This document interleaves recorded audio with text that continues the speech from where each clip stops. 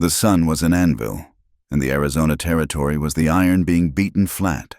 It was a scorching afternoon in late July, the kind of heat that baked the sense out of a man, leaving only the grit and the sweat. Elias Cordero felt it in his bones.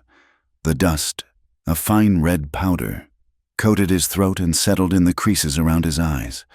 He sat hunched on the worn wooden seat of his mule-drawn cart. The reins held loose in his calloused hands. Beside him, a 50-pound sack of dried beans and another of flour listed against a small crate of tinned goods. It was a 3-day ride to town and back, a journey he made only 4 times a year. He preferred the silence. He preferred the company of his mule. Cinder to the noise of the miners and merchants in Prescott. His ranch was his fortress, a small adobe square miles deep in the canyons, a place where the world left him be. The wooden wheels of the cart groaned over the hard-baked earth, a rhythm that had defined his afternoon. The only other sound was the click of Cinder's hooves and the occasional buzz of a fly brave enough to face the sun. The sky was a vast, bruised blue, empty of clouds, offering no hope of relief. He saw the buzzards first. They were a dark spiral in the sky, a good half-mile off the main track, circling low over a deep ravine. Elias pulled gently on the reins. Cinder stopped, twitching one ear back. Elias scanned the horizon. He was alone. Buzzards meant death. Usually, it was a coyote caught in a trap, or a steer that had broken a leg and been left by its herd. It was the law of the desert. But these birds were circling with a patience that suggested a fresh kill, not yet rotten enough to be easy. He clicked his tongue. Hup! He guided Cinder off the track, the cart jolting over rocks hidden by the sparse, straw-colored grass. He was a man who minded his own business, but a downed steer, if it belonged to one of the big outfits, might mean a silver dollar for reporting it. If it was unbranded, it meant fresh meat. As he neared the edge of the ravine, the smell hit him. It was not the simple rot of an animal. It was the sharp tang of splintered wood, whiskey, and something metallic, copper. He set the brake and wrapped the reins around it. He climbed down from the cart, his joints aching from the long ride. He pulled the Winchester from the scabbard looped beside his seat, not because he was afraid, but because he was careful. A man who was not careful in this land did not last long. He walked to the edge, down below, perhaps 20 feet, was the wreck. A wagon, one of the smaller settler types, was turned over, its contents scattered. A broken wheel pointed to the sky like an accusation. 2 mules lay still, their legs tangled in the harness, their necks at impossible angles. Flies already swarmed them. And then he saw it. Not the buzzard's prize, but something else. Movement. It was a woman. She was crawling. He could hardly make her out, for she was the same color as the earth, caked in red dust and dried blood. She was barefoot. Her dress, a simple gray cotton, was shredded. She was dragging herself toward the meager shade of a dying mesquite tree, her arms shaking with the effort. Elias slid down the loose scree of the ravine wall, the gravel rattling under his boots. He held the rifle in one hand, using the other to balance. The woman heard him. She froze, then tried to pull herself faster. A sound came out of her, a dry, rasping noise, like sand on paper. She tried to scream, but her lips were cracked and black, too split to form the word. She collapsed onto her stomach, her face buried in the dust. Elias reached her in 3 long strides. He knelt, placing the rifle beside him. "Ma'am," he said. His voice was rough. She did not move. He put a hand on her shoulder. She was burning, a dry, terrible heat. He turned her gently. Her eyes were open, but they were milky, unseeing. Her face was a mask of suffering, but it was not her face that held his attention. It was her leg. Her left ankle was swollen to 3 times its normal size. The skin was stretched taut, a grotesque purple and black that climbed halfway up her calf. And there, just above the ankle bone, were the 2 small, dark punctures, a rattler. And by the look of it, it was not recent. She had been crawling with this for hours, maybe a day. He cursed. low and soft. He looked at the wound. The venom was deep. He was too late to cut, and he had no desire to open her up to more infection out here. There was only one thing to do. A grim, desperate thing he had done once for a ranch hand and sworn he would never do again. She was dying. The fever and the venom were killing her as he watched. "Hold still, ma'am," he muttered, though he knew she could not hear him.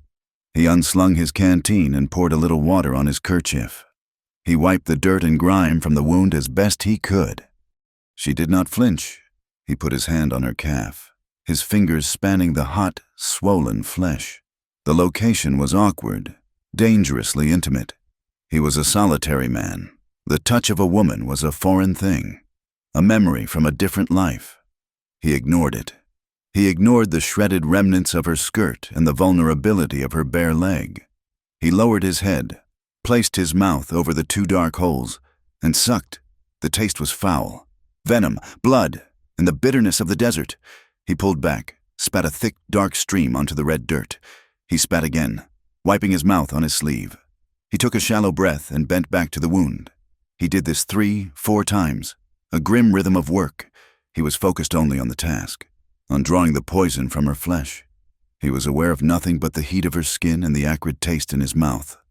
On the 5th time, as he spat, he paused to wipe his brow. His gaze fell again to her ankle. The swelling had pulled the skin tight, and just an inch above the bite, partially hidden by a fold in her torn dress. He saw it. He froze. It was not a scrape.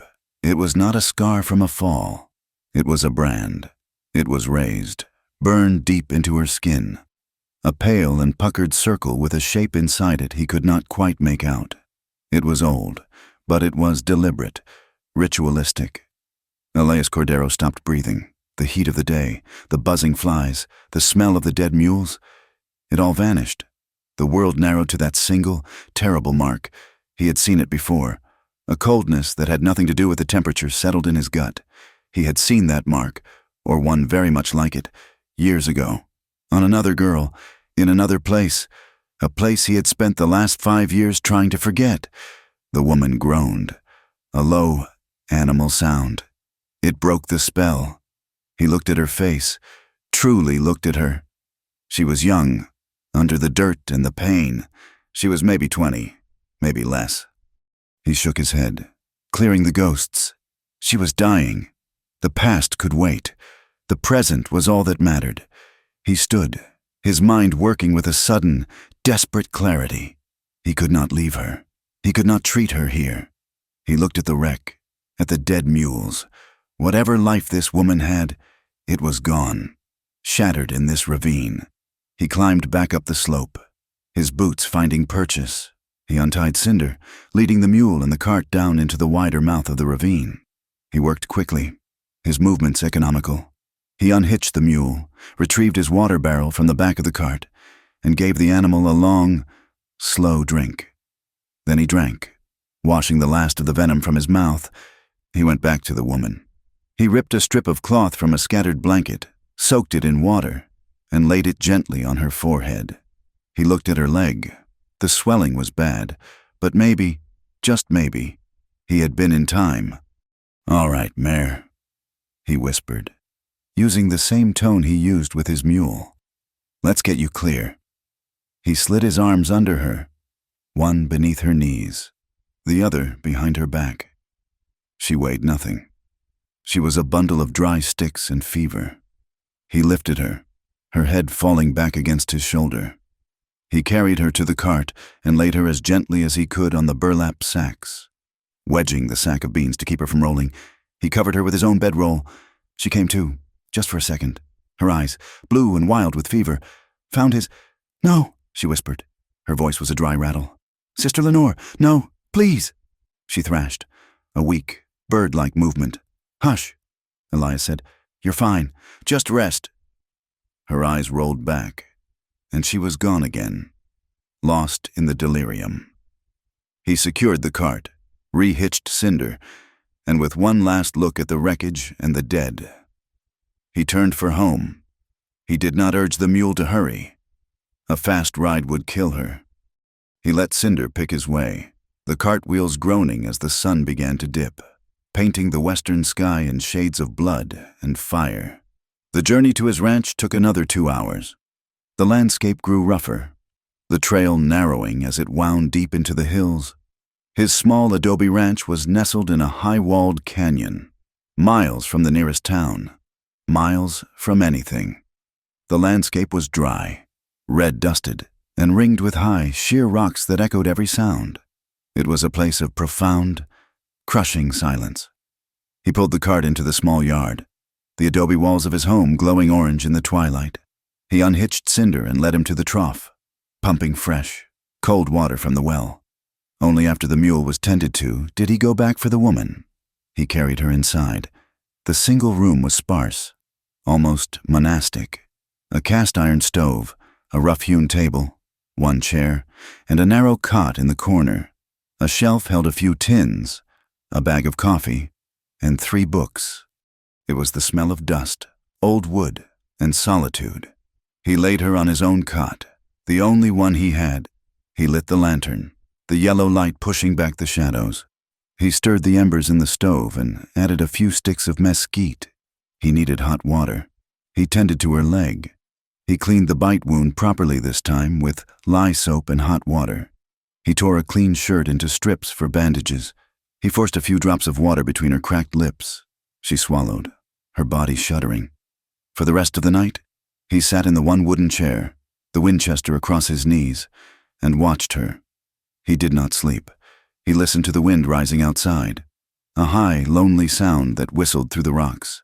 He listened to her murmurings. She called for Sister Lenore. She pleaded. She said no 100 times. And Elias sat. The image of that brand burned into his mind. She woke just before dawn. The shadows in the room were gray. The fire had burned low. She woke not slowly, but all at once, with a choked gasp. She shot up, her eyes wide with animal terror, and scrambled backward, her back hitting the cold adobe wall. "Where?" she panted, her voice raw. "Who are you?" Elias did not move from his chair. He kept his hands slow, placing the rifle on the floor beside him. He picked up the tin cup of water from the table. "You're safe," he said. His voice, from a night of disuse, was a low growl. "You were in a wreck. I found you. You've been bit by a snake." He held out the cup. "Drink." She stared at the water, then at him. Her eyes were sharp now, the fever receding, leaving behind a pure, honed fear. She looked at the door, judging the distance. "I ain't gonna hurt you," he said, his voice flat. "Drink the water." She watched him for a long moment, then lunged, snatching the cup from his hand. She drank it in 3 desperate gulps, her throat working. She held the empty cup to her chest like a shield. She was watching him, but her mind seemed to be working on something else. She looked down at her bandaged ankle, then back at his face. "You?" she whispered. Her voice was clearer now, but it shook. "What about me? When you found me, in the ravine..." She paused, swallowing. "You saw the bite, and you froze. You looked afraid." Elias looked away from her, toward the small window, where the first hint of gray light was visible. He picked up the coffee pot and moved to the stove. He measured out the grounds, his back to her. It was the shock. He lied. His voice was steady. "It was a bad bite. I wasn't sure I'd gotten to you in time." It was a good lie, a simple lie, but it was not the truth. The truth was a memory. It was 5 years ago, riding as an enforcer for the Morrison Cattle Syndicate. They were hard men, and they took hard money. They had a contract. It was not for cattle. It was for protection. They protected a so-called purity colony up on the Utah border, and sometimes protection meant retrieval. He remembered the girl. She could not have been more than 16. She had run. He had been the one to track her. He was the best tracker they had. He found her huddled in a dry wash, her feet bloody. He had brought her back. He remembered the man who called himself the Elder, a tall man with dead eyes. He remembered the girl screaming as they dragged her toward a small, dark shed. Her blouse had ripped, and he saw it, high on her shoulder. A circle, branded into her skin, a mark of their faith, a mark of her punishment. Elias had taken the $20 in gold. He had mounted his horse, and he had ridden away, the sound of her screaming following him for a mile. He had quit the syndicate the next day, taken his savings, and bought this piece of rock and silence, trying to bury the man he had been. And now, that man was sitting on his cot, staring at him with terrified, knowing eyes. The woman, Mara, did not believe his lie. He could see it in the tightness of her mouth, but she did not press it. She had more important fears. He turned, the coffee pot in his hand. "Who are you? What wagon was that?" She flinched. The terror came back, flooding her face, wiping away the brief moment of clarity. She shook her head, her black hair matted with blood and dirt. "Don't," she begged. Her voice cracked. "Please, don't. Don't what? Don't take me back." She clutched the rough blanket to her chest. "They'll find me. Please, I can't go back. Swear it. Swear you won't take me back." Her plea was not for a stranger's kindness. It was the desperate bargaining of a trapped animal. Elias looked at her. He saw the girl from 5 years ago. He saw the brand he knew was under that bandage. He saw the wreck in the ravine, and the dead mules, and the desperation. He saw a reckoning. This was not a settler's wife who had a bad accident. This was something else. This was something that would bring men with guns. This was the exact kind of trouble he had ridden into these canyons to escape. He looked at her, this broken thing, and he felt the weight of that $20 gold piece he had spent years ago. He walked back to the cot. He stood over her. She cringed, but she did not look away. He nodded, a single, sharp movement. "I won't," he said. She stared, searching his face. He said it again, his voice flat, but the words were an iron vow, sealing his fate as much as hers. "I won't take you back. You're safe here." He knew, even as he said it, that safe was a lie. Whoever did that to her, whoever branded her like livestock, they were not the kind of men who gave up. He had not saved her. He had just joined her. Elias Cordero picked up his rifle, walked to the door, and stared out at the rising sun. He knew with a certainty that chilled him to the bone that they would come looking. For 2 days, Mara lay on the cot, adrift in a sea of fever. Elias moved around her, a silent, grim shadow. He pumped water, boiled it, forced broth from a prairie chicken he'd shot between her lips. He tended the wound on her ankle, cleaning it with a sharp, medicinal smell, and rewrapping it. The swelling lessened. The black and purple stain began to recede, leaving a sickly yellow. On the 3rd morning, the fever broke. He was outside, splitting wood, when he heard a noise, a scrape. He entered the cabin, his hand on the axe handle, and found her sitting up, her bare feet on the cold, packed earth floor. She was trying to stand, using the wall for support. She was dressed in one of his long-sleeved winter shirts. He had burned the rags she arrived in. They were beyond saving, smelling of death and dirt. The shirt hung on her like a sack. The sleeves rolled up a dozen times, but it was clean. "You should rest," he said. His voice was a flat command. "I need water," she rasped. Her throat was raw. He motioned with his head. "Sit, I'll fetch it." She ignored him. Pride, or perhaps just stubbornness, straightened her back. She put weight on her good foot, then tentatively on the injured one. A sharp hiss of pain escaped her lips, and her knuckles went white against the adobe wall.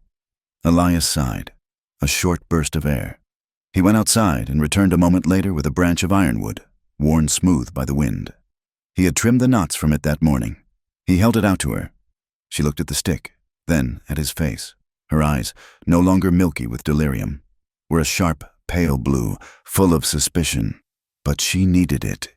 She took it from him, her fingers brushing his. Her hand was small, rough as bark.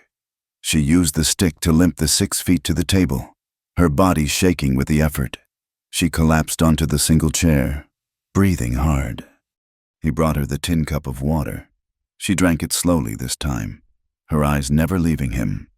"My name is Mara," she said. He nodded. "Elias." The silence stretched, filled only by her ragged breathing.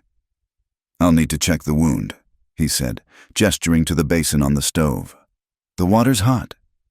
She tensed. Her grip tightened on the stick. "I can do it." "No, you can't," he said, not unkindly. "You can't see the back of it, and it needs lye. Sit still." He brought the basin, a clean rag, and the harsh bar of soap. He knelt before her, on one knee, as if in prayer. It made her uncomfortable. She was used to men kneeling only to God, and using that as an excuse to rise up as kings.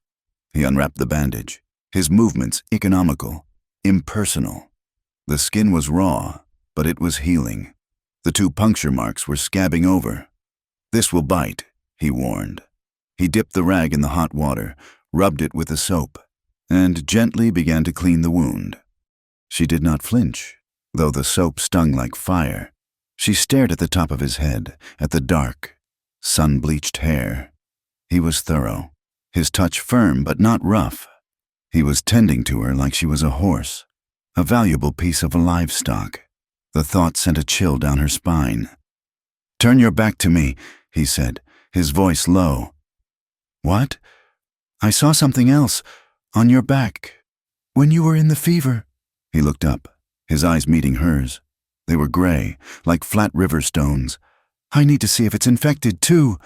She stared at him, her heart hammering. He was talking about the scars. She wanted to run, to hide, but she was trapped on a chair, half naked in a stranger's shirt, with an ankle that could not hold her. "It's old," she whispered. "It's healed. I'll be the judge," he said, slowly, her body rigid with shame. She turned on the chair, presenting her back to him. She felt the air on her skin, cold and sharp. She felt his gaze. He said nothing for a full minute. She could hear the quiet hissing of the water in the basin. Elias looked at the map of her suffering. The shirt had gapped when he'd first tended her, but now he saw it all. Thin, pale lines, crisscrossed like a hatch pattern on a drawing. Lash lines, old, but set deep. They were everywhere, from her shoulders down to her waist, where the shirt tucked under.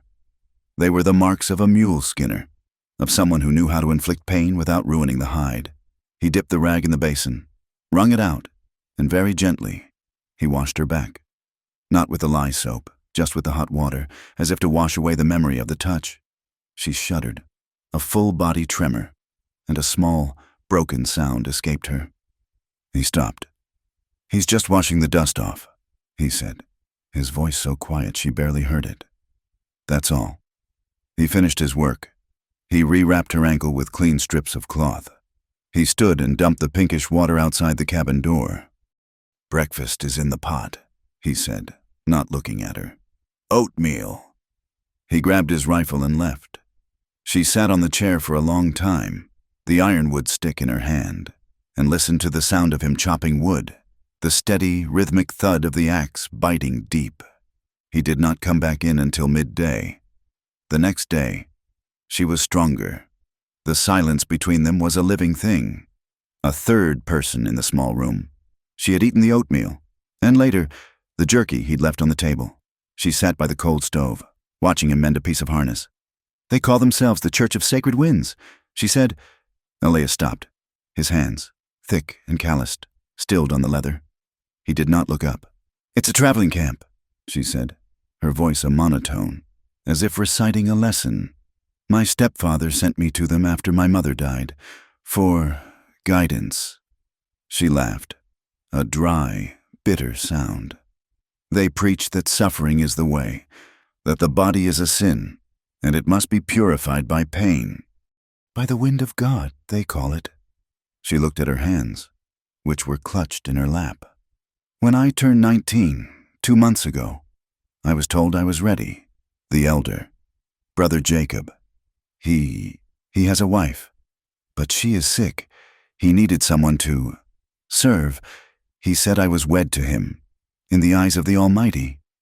Elias looked up now. His face was granite. "I refused," Mara said, her voice dropping. "I would not submit." The word tasted like ash in her mouth. When a woman refuses to submit, she is deemed unclean, impure, a servant to all, until her pride is broken. Her gaze drifted to the wall. The lashings were for pride. Sister Lenore, she was the one who... She said it was for my own soul. Elias started, his voice a low growl. "Wait," Mara commanded, and he was surprised into silence. "I tried to run, once before. About a month ago, I was stupid. I just ran into the desert with a canteen and some bread." Her eyes filled with a cold, hard light. "They caught me before sundown," Brother Jacob said. "He said that livestock that strays must be marked, so the whole world knows who it belongs to." Elias's eyes dropped to her bandaged ankle, to the place where he knew the brand was hidden. "They held me down," she whispered, her voice shaking for the first time. "They branded me like a steer, to show I was his, God's, that I could never be free." She took a deep, shuddering breath. "3 days ago, a supply wagon came from Prescott. The driver, he was a kind man. He left whiskey. That night, Brother Jacob and the others, they drank. They celebrated the new moon. I waited. I stole the wagon, the one you found. I drove those mules until their legs were breaking. I didn't know the land. I didn't see the ravine." She finally looked at him, her gaze raw and pleading. "I am not going back. Elias, I will die first. I will kill myself before I let them take me. And they are coming. They have to be. They will be close behind." Elias stood. He walked to the door and stared out at the canyon wall, his back to her. He was not stunned. He was not surprised. He was furious. But it was a cold, old fury. It was the fury of recognition. He turned. His face was a mask, but his eyes were burning. "I've seen it," he said. She frowned. "What?" "The brand, the church." His voice was rough. "I've seen this kind of thing before." He walked to the stove, picked up the coffee pot, found it empty, and slammed it down. The sound made her jump. "Years ago," he said, his voice tight, "I rode for a syndicate, the Morrison outfit. We weren't just cattlemen. We took protection money. We kept the trails clear for certain clients." He would not look at her. He was speaking to the floor, to the ghosts in the room. There was a colony, up on the border, a purity colony. They paid us to keep squatters off their land, paid us to find things that got lost. He finally raised his head. The self-loathing in his eyes was so potent, she could almost taste it. "We brought a girl back once," he said. "She'd run. I was the one who tracked her. She was younger than you. They took her, and I took the money. I saw the brand on her shoulder." He shook his head. A violent, sharp movement. "I didn't know. I told myself it was their faith, not my business. I didn't know how bad it was. I didn't know what it meant. Not for the women." He looked at Mara, and for the first time she saw the man he had been, a man who was dangerous, a man who had stood by. "You," she breathed, a horrifying understanding dawning. "You were one of them." "I was," he said, and the words hung in the air, an admission that changed everything. That afternoon, the sky changed. The hard, bright blue had been swallowed by a bruised, yellowish gray. The wind, which had been a low whisper, began to howl, kicking up dust devils in the yard. Elias went out, checking the latch on the small barn, securing the mule. When he came back in, he carried an armload of firewood. "Storm's coming," he said. "A bad one." By late afternoon, the world went dark. The first crack of lightning split the sky, and the thunder that followed was not a rumble, but a physical slap, echoing off the canyon walls, amplifying the sound until it was deafening. Then the rain came. It was not a desert shower. It was a deluge, a solid sheet of water that turned the yard into a red, churning river. The sound on the thin adobe roof was a roar, 1,000 drums beating at once. Elias lit the lantern, but the small yellow flame did little to push back the oppressive, watery gloom. Mara was sitting on the cot, her arms wrapped around her knees. She was watching the small window, where the water ran down the glass in muddy streams. The temperature in the cabin had dropped 20 degrees. The damp chill seeped in through the walls, through the floor. She started to shake. At first, Elias thought it was fear. The storm was violent enough to frighten anyone. But the shaking grew worse. Her teeth chattered. "The fever," he said, moving toward her. "It's the chill. I'm just cold," she stammered. But her skin was pale and clammy. She was still weak, her body battered by the venom and the flight. Elias grabbed his coat from a peg by the door. It was a heavy sheepskin-lined coat, stiff with dirt and smelling of him, of horse and leather and coffee. "Put this on." She was shaking too hard to move.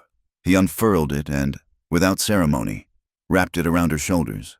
He pulled it tight. The sudden weight, the confinement, the overpowering scent of him. It was too much. It felt like a hand over her mouth. It felt like the arms holding her down for the brand. It felt like the elder's heavy, righteous breath on her face. "No!" she screamed. It was a thin, high-pitched sound, lost in the roar of the storm. "Get off!" "Don't touch me!" She began to fight, thrashing on the cot, her hands clawing at the coat, at his arms. She struck his chest, her blows weak, bird-like. She panicked. Elias reacted without thinking. He grabbed her. He didn't hit her. He didn't shake her. He simply enveloped her. He sat on the cot, pulled her against his chest, and held her. He wrapped his arms around her, pinning her flailing limbs. He was a wall, an anchor. "Be still," he commanded, his voice a low rumble in her ear, barely audible over the rain. "You are safe. I am not him. Be still." She fought him for a long, terrible moment, her panic so profound it was a physical force. She was a wild thing, caught in a trap. "It's just the storm," he said, his voice steady. "It's just the rain. You are here. You are safe. I am not him." He just held her. He did not move. He did not try to comfort her, not in the soft way. He just held her, giving her a single solid thing to focus on in a world that was dissolving into terror and noise. Slowly, the fight drained out of her. The rigid terror gave way to great, gulping sobs. She shuddered, and then she was just weeping, her face pressed into the rough wool of his shirt, her hands clutching his arms. He did not let go. He held her, not as a man holds a woman, but as a man holds a wounded animal, a fellow creature in pain. He just held her, his own body rigid, and listened to the storm inside her and the storm outside rage as one. He held her for a long time, until the sobbing quieted into ragged breaths, until her shaking was just from the cold. He did not move until she was asleep, her body gone limp with exhaustion, still wrapped in his coat. He laid her down on the cot and covered her with his own bedroll. He spent the rest of the night in the chair, watching the fire, the rifle across his knees. The storm broke before dawn. The silence that followed was as loud as the rain had been. That night, they sat by the fire, the floor still damp, the air thick and cold. The floodwaters had receded in the canyon, leaving a thick sludge of red mud. Elias was cleaning his rifle, the oily click of the mechanism the only sound. Mara was wrapped in the bedroll. She had been quiet all day, a watchful, fragile quiet. "Elias?" He grunted, not looking up. "You were one of them," she said. It was not an accusation. It was a statement of fact. "A man who hunted people for money." He finished seating the bolt. He laid the rifle aside. "I was, and you stopped." She said, "I did." She watched the fire, the low flames guttering on the damp wood. Can men like that, can they really change? Can they ever be good? She was asking about him. She was asking if he was a monster who was simply behaving, or if he was truly different. She was asking if the world contained any hope at all, if the men who had branded her were capable of anything but cruelty. Elias picked up the rifle. He looked at the polished wood of the stock. He thought of the girl he had tracked. He thought of the $20 in gold. He thought of the 5 years he had spent in this canyon, trying to scour the memory from his soul, and failing. He did not answer. He just stared into the dying embers, his face hard, and let the silence fill the room. The guilt was buried in that silence, a stone too heavy to lift. The next morning, the world was washed clean. The air was sharp and cold. Elias went out at dawn to check on Cinder and inspect the damage. The trail leading out of his canyon was a mess of mud and washed-out rock. He was gone for an hour. When he returned, he did not stop to wipe the thick red mud from his boots. He walked straight into the cabin. Mara was at the table, trying to eat a piece of hardtack. She looked up, startled by his sudden entry. His face was grim. "What is it?" "Hoof prints," he said. His voice was flat. "Down by the main trail, where my canyon joins it. 3 riders. They stopped. Look this way."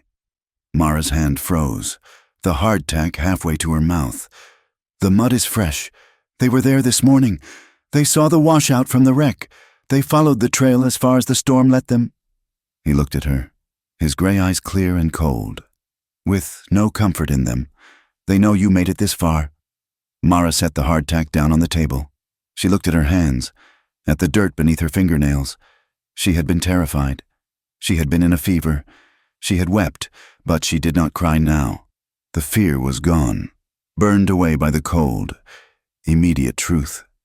She raised her head, her pale blue eyes meeting his. The woman who had been dragged back, who had been branded like an animal, was gone. "Then," she said, her voice steady and clear, "we don't have much time." The hoofprints in the mud marked the end of the quiet. The next 2 days were a blur of grim preparation, a silent, frantic dance against a clock only they could hear.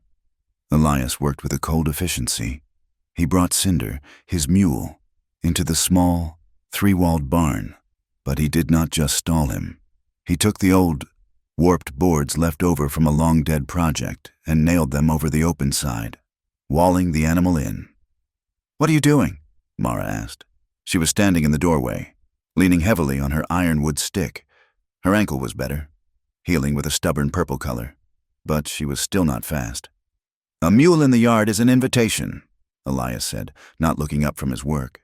The hammer blows were a sharp, declarative sound against the canyon's silence. "A mule hidden in a barn is just a barn. They'll think I'm a foot trapper or too poor for a mount. Either way, they'll think I'm alone." He came back inside, his hands raw from the work. He moved through the small cabin, his eyes scanning everything. He was a tracker, and he knew how to read a room, how to see the signs of a life that did not belong. He took the tin cup she had been using and put it back with his own, identical one. He took the extra bedroll, the one he had been using on the floor, and stuffed it deep into his saddlebag. Then his eyes fell on the shirt she wore. "His shirt. That's a problem?" he said. "It's all I have," she said, her voice sharp. He nodded, already thinking. He went to a small wooden chest at the foot of his cot and pulled out a few items: a worn, gray wool shirt, smaller than his own, and a pair of canvas trousers, stained and patched. They were his, from years ago, but they were smaller. "Put these on," he said, tossing them onto the cot. "They'll pass. The shirt you're wearing. We'll burn it. Burn it. It's a man's shirt. Too big. It screams you're wearing something that ain't yours. These could be yours." They rehearsed the lie. It was a brittle, awkward thing. "If someone comes," he said, his back to her as he scrubbed the stew pot, "you're my cousin from Tucson." "Tucson," she repeated. "Your name is Sarah Smith. No, that's too common."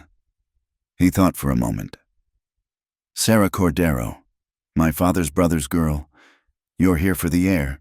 You had pneumonia. You're recovering. You don't talk much. You're weak." "I am not weak," she spat. "You are playing weak," he corrected, turning to face her. His gray eyes were flat. "You are sick. You are coughing. You are frail. You are not to be looked at, not to be spoken to. You are to be pitied. Can you do that?" "I am not your cousin," she said, her voice low. "I know. This is a prison. It's a safe hole," he countered. "There's a difference." "Is there?" she shot back. "One has bars. The other has adobe walls and a man telling me who to be." He had no answer for that. He just turned back to his work. But she was right, and the feeling grew. Mara became a creature of the cabin, pacing the 20 feet from the door to the stove, from the table to the cot. Her limp was still pronounced, but the inactivity was a torment.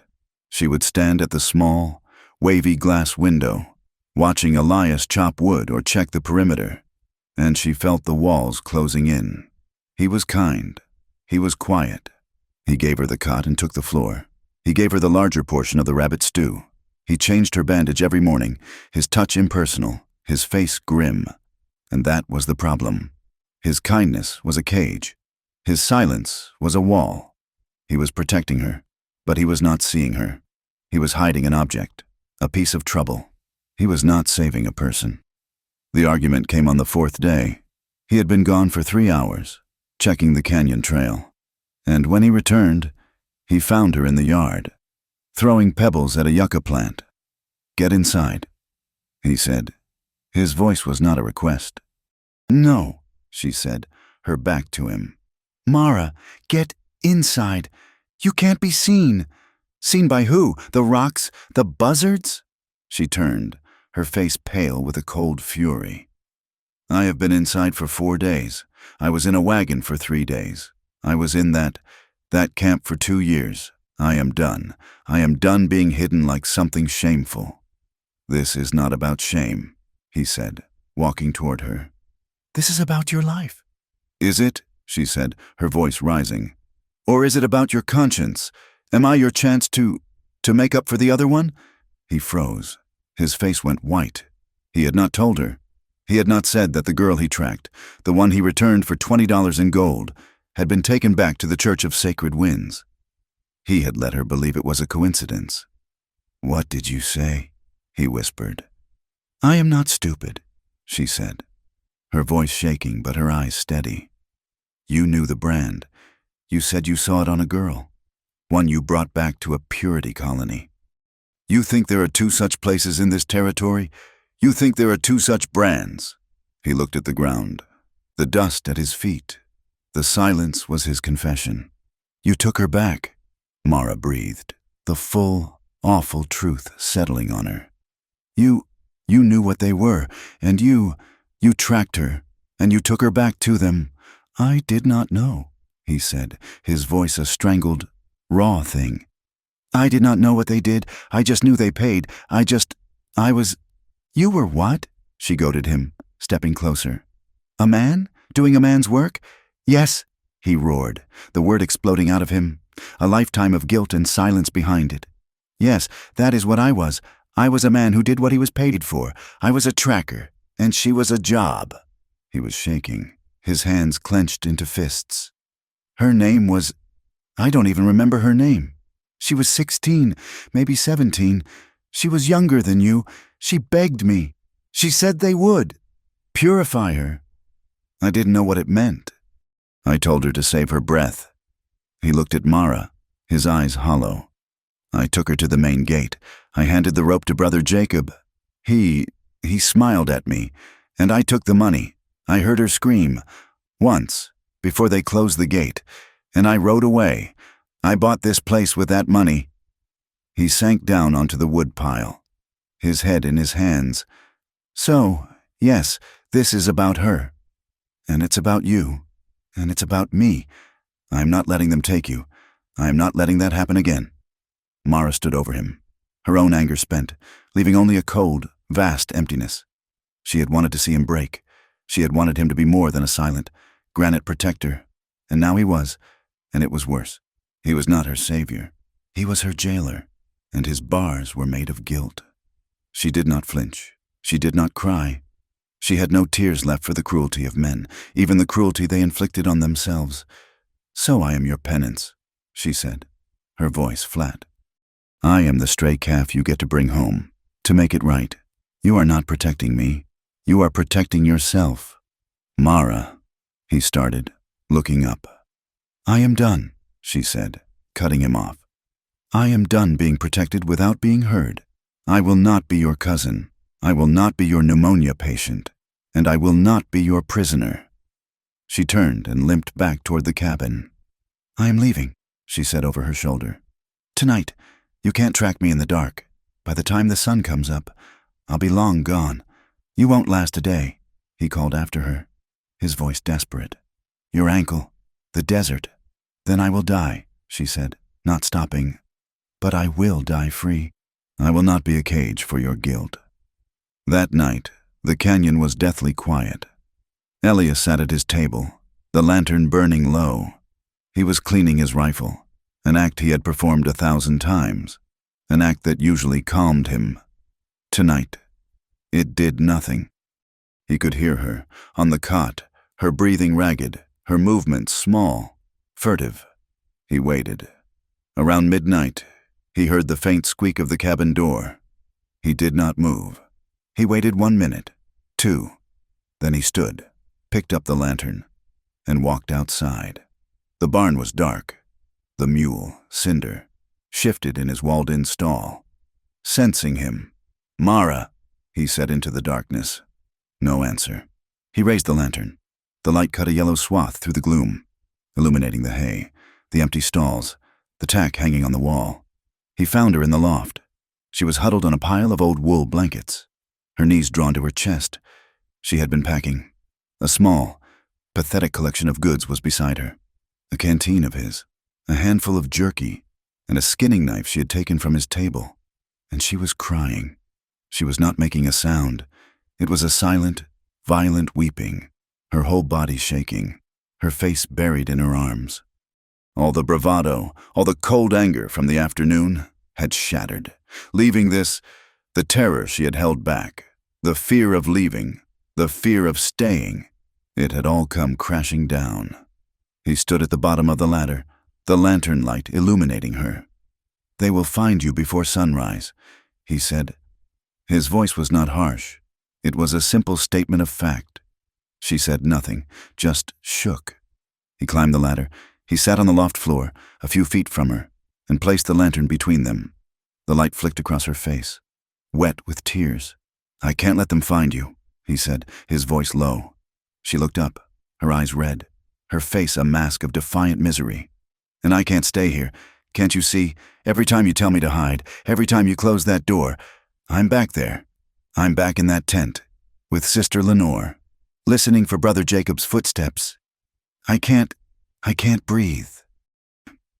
He looked at her, at this broken, fierce, terrified woman, and he saw the trap he had laid. He had been so focused on the physical threat that he had ignored the prison he was building around her soul.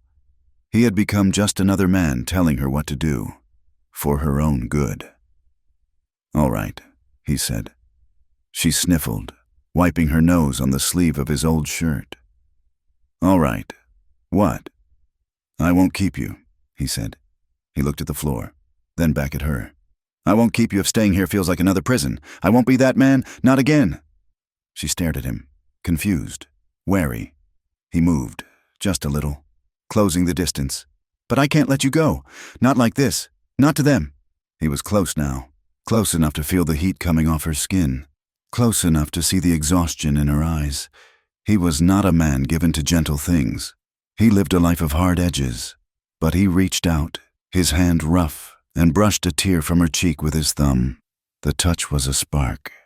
She flinched, but she did not pull away. He did not pull back. Her eyes searched his. She saw the guilt, yes, but she also saw the loneliness, a solitude as deep and as vast as her own. She saw a man as trapped as she was. He leaned in.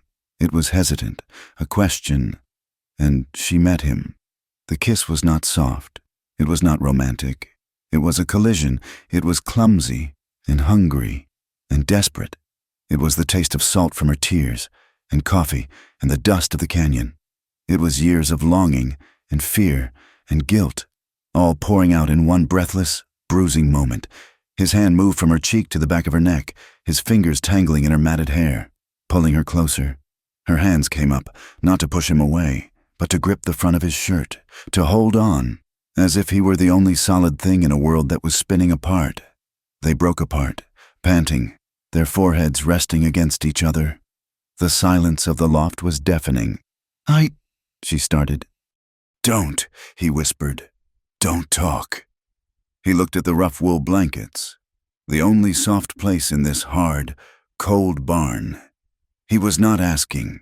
He was not taking. He was waiting.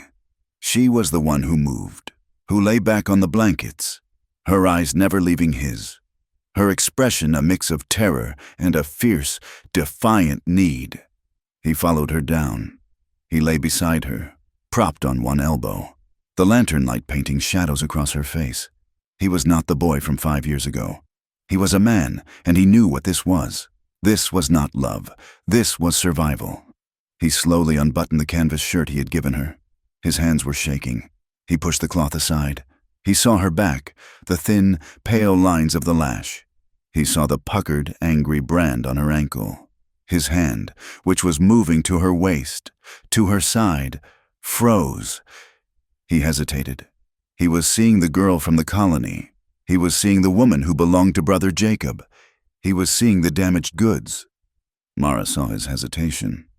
She saw his eyes go from her face to her scars, and she saw the pity, the fear, and it was a slap. She would not be this. She would not be a collection of her wounds.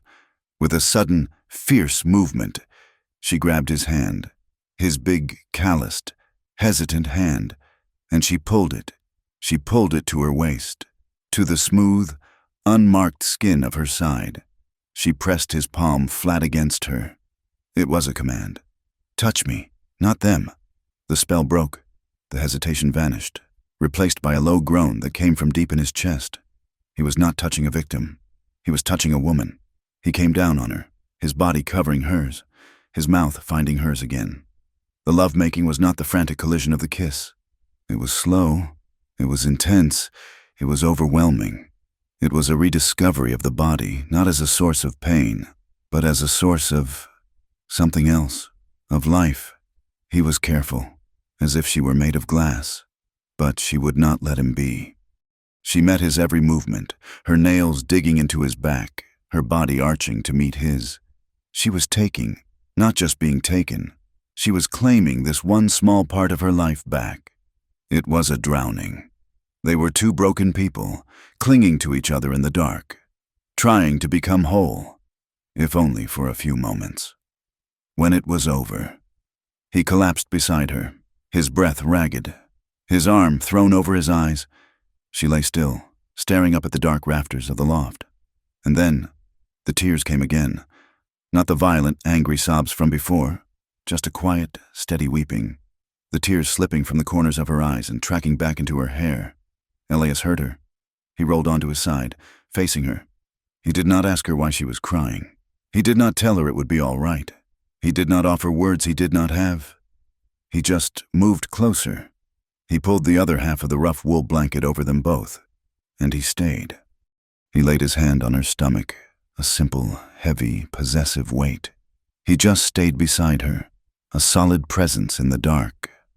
As the night grew cold, and he listened to her cry herself to sleep, they slept, deeper than they had in days. They slept tangled in the blankets, tangled in each other, a warm knot of humanity in the cold, dark barn. For once, the world was quiet. There were no ghosts. There were no hunters. There was only the scent of hay and wool and the warmth of skin. They slept in. The sun was high when Elias awoke, the light streaming through the cracks in the barn wall. He woke to the sound of a horse. It was not Cinder. He was on his feet in an instant, pulling on his trousers, his body tense. He grabbed his rifle from the ladder where he'd left it. He looked down from the loft. Mara was awake, her eyes wide with a new, immediate terror. "Stay here," he whispered. "Don't move. Don't breathe." He crept down the ladder. He moved to the crack in the barn door, the one he had made, and peered out. There was a man. He was not in the yard. He was sitting on a tall bay horse, 200 yards out, just at the mouth of the canyon, where the trail began. He was too far to make out his face, but he was not a miner. He was not a cowboy. He was just sitting there, watching the ranch, a single rider, waiting. The sound of the horse was a sharp, steady trot.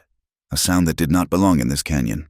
It was not the ambling, familiar pace of a rider who was lost. It was the sound of a man with a purpose. Elias was already halfway down the ladder, his rifle in his hand. He looked up at Mara, a dark silhouette in the hayloft. "Get to the cabin," he hissed. "Now, get in, bar the door, and get to the window. Stay out of sight. Remember the story. Pneumonia, Tucson. Your name is Sarah." She scrambled down the ladder, her bare feet silent on the rungs. She was still in his old shirt and trousers. She grabbed her ironwood stick. "Elias, go!" he snapped.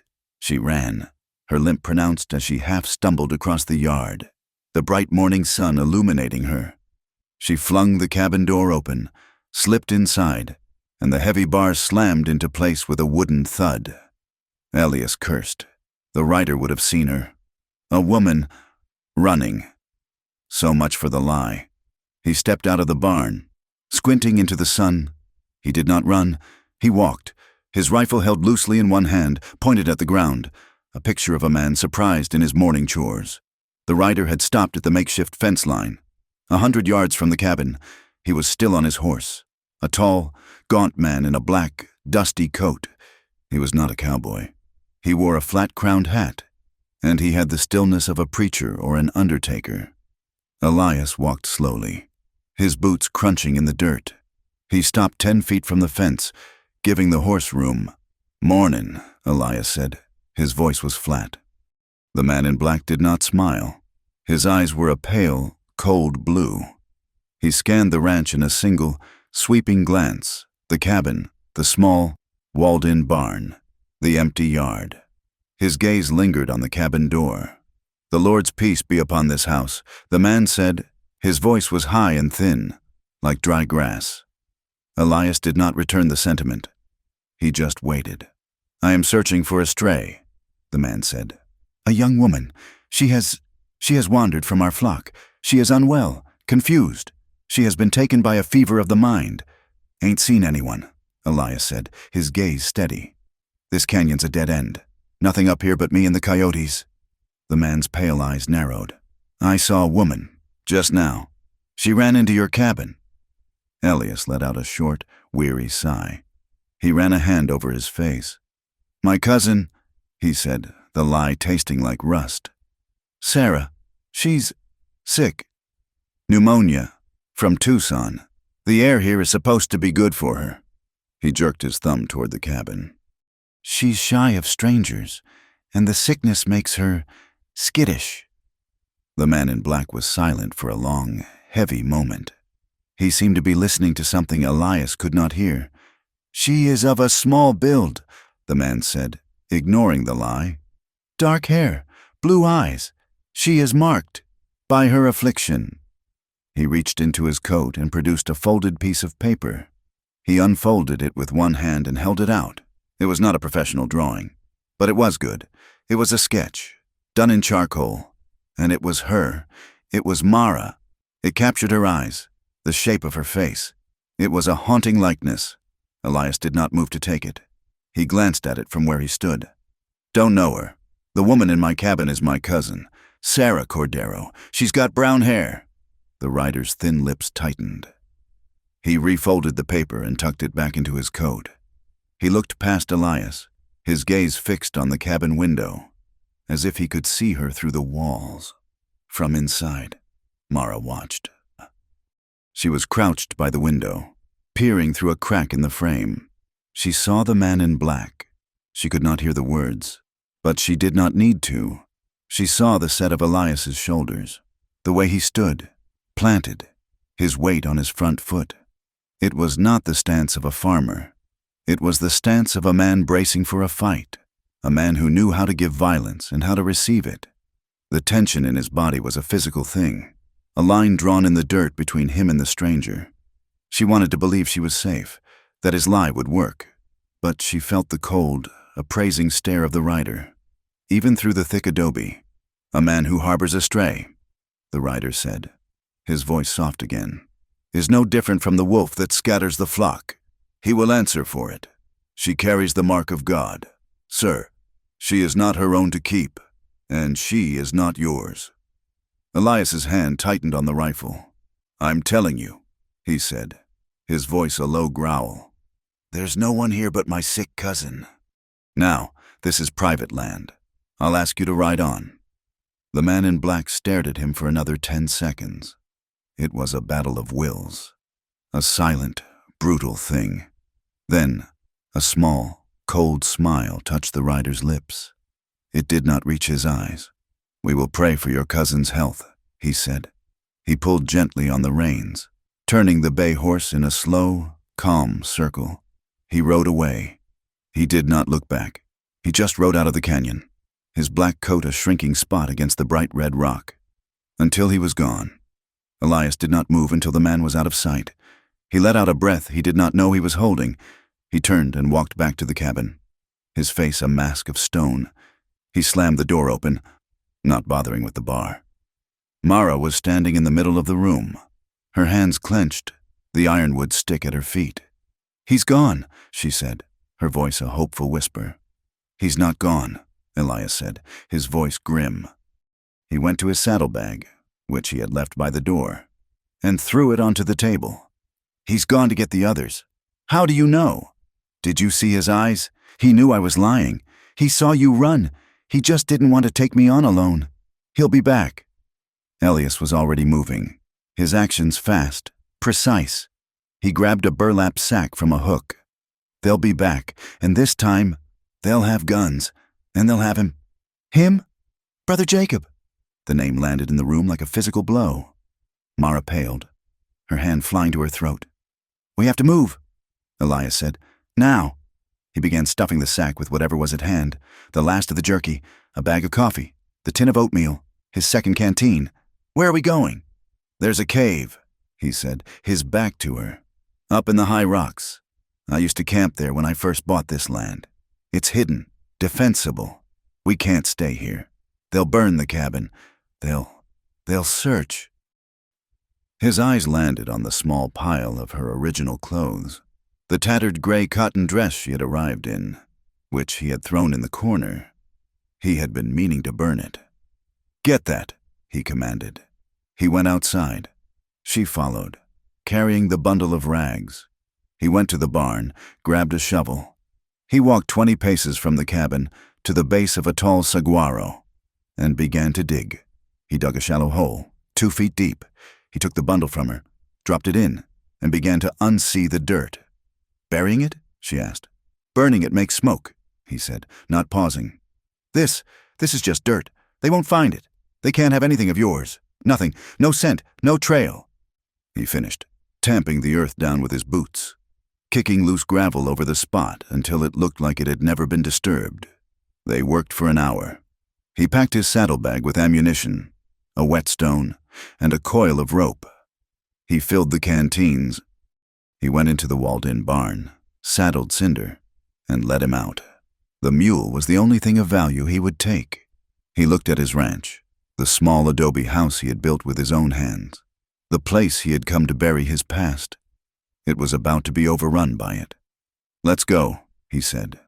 They moved up the canyon, Elias leading the mule, Mara walking beside him, her limp more pronounced on the rocky, uphill trail. He half-carried her over the worst parts.